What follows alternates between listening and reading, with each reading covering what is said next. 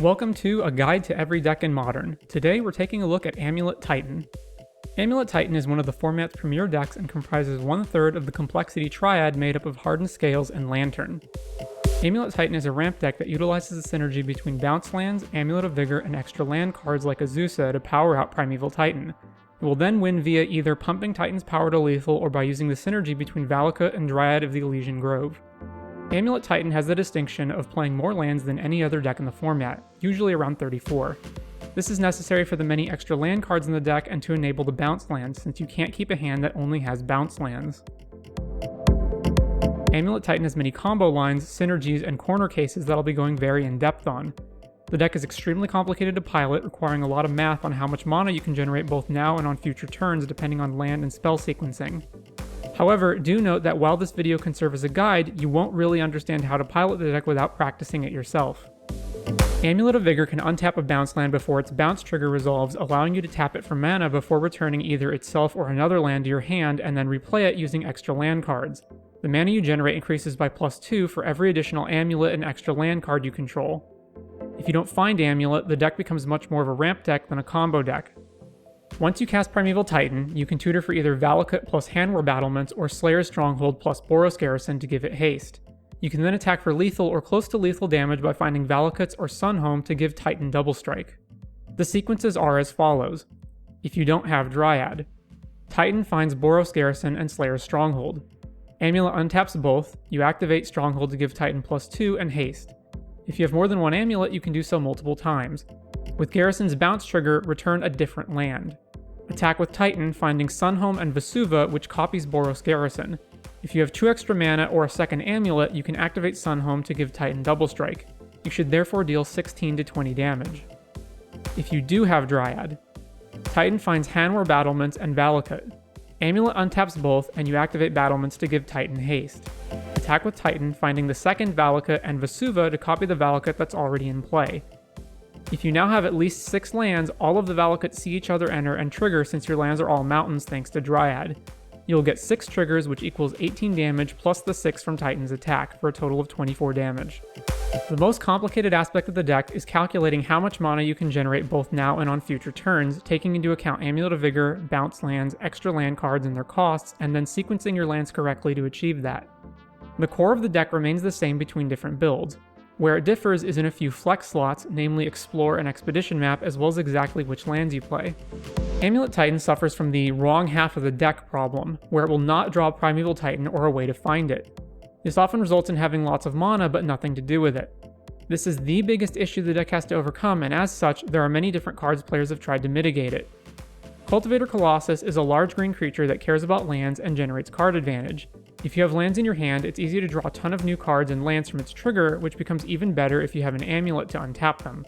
The problem is that you often won't have enough lands in your hand, so the creature can be a dud. It ranges from insanely good to middling, and is more often middling. Sometimes players try Karn the Great Creator as an additional threat, though in my experience it's mediocre in this deck. Another choice that seems obvious at first is Turn Timber Symbiosis, since it's a green land that doubles as a way to find Primeval Titan.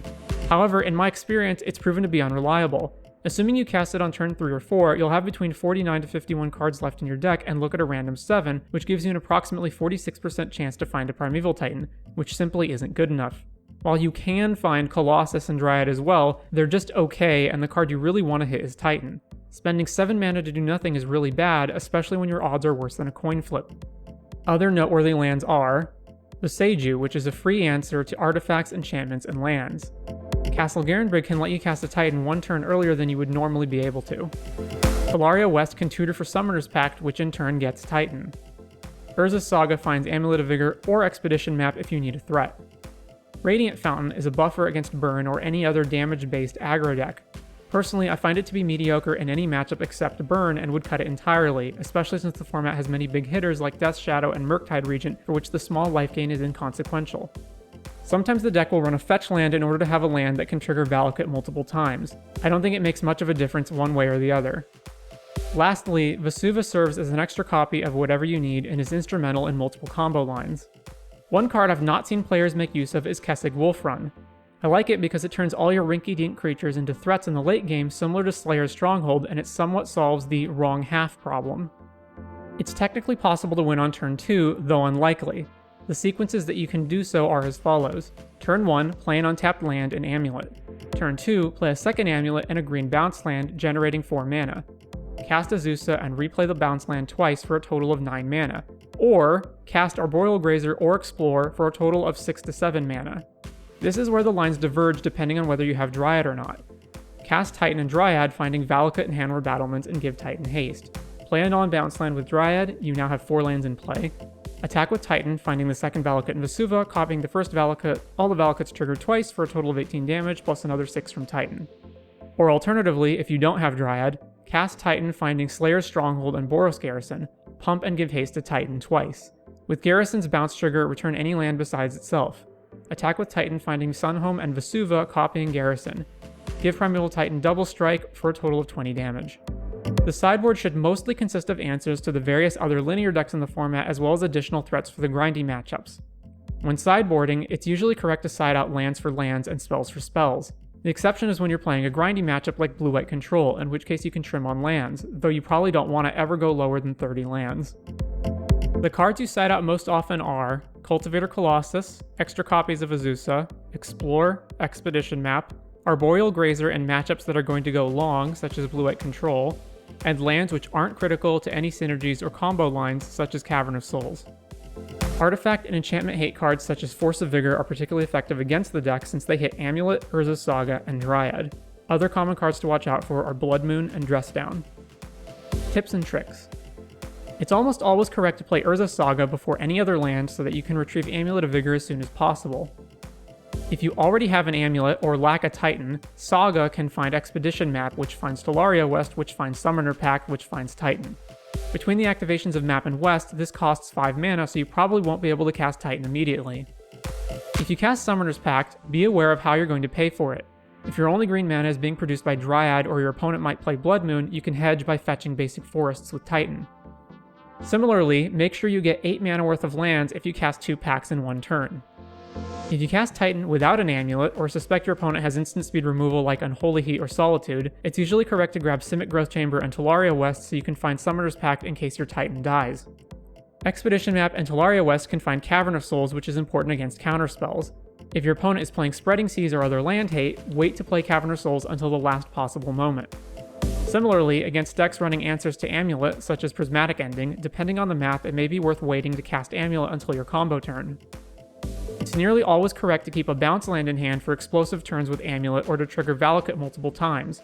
Prioritize Simic Growth Chamber the most since you need blue to transmute Talaria West. Any opening hand in which your only lands are bounce lands is almost certainly unkeepable. Valakut only triggers if you control 5 other mountains, meaning you need at least 6 lands total. The trigger checks both on entering and on resolution, so if your Dryad dies before the trigger resolves, it won't deal damage. If you can trigger Valakut but don't have lethal damage, prioritize killing threats. You can bounce lands to get an additional use out of lands with ETB effects such as Radiant Fountain, or to reset or rebuy lands you played earlier such as Cavern of Souls, Vesuva, Boseiju, and Talaria West. You can abstain from playing Arboreal Grazer early in order to combo with Amulet and bounce lands later. Castle Garenbrig enters the battlefield tapped if you don't control a forest, which may be relevant if you have multiple amulets since it can generate more than 1 mana. However, if you control Dryad, it will enter untapped. The downside to Slayer's Stronghold over Handward Battlements is that it requires you to play Boros Garrison, which also makes winning with Valakut harder since you have to bounce a land with it during your combo turn. The upside is that it lets you win with lethal damage via Titan, gives Titan haste, and can make other creatures relevant attackers. If your haste land, either Battlements or Stronghold, or Boros Garrison are already in play and were tapped to cast Titan, you can find Vesuva to copy them. This does stop you from activating Sunhome the same turn though. Talaria West most often searches for Summoner's Pact, but it can find any card with mana value 0, including Engineered Explosives and lands. Vesuva can copy your opponent's lands, not just your own. This can be relevant if you lack green mana or need to copy things like Inkmoth Nexus. If you were forced to keep all your bounce lands in play earlier, Vesuva can copy them and bounce either one of those lands or itself. And lastly, lands that enter tapped can be destroyed before Amulet untaps them by cards such as Boseiju or Ghost Quarter. This can stop you from replaying a bounce land or giving Titan haste. I hope you've enjoyed this look at Amulet Titan. You can find additional resources such as the up-to-date deck list in the description. If you think I left out anything important or got something wrong, please leave your thoughts in the comments, and stay tuned to see what deck we look at next time.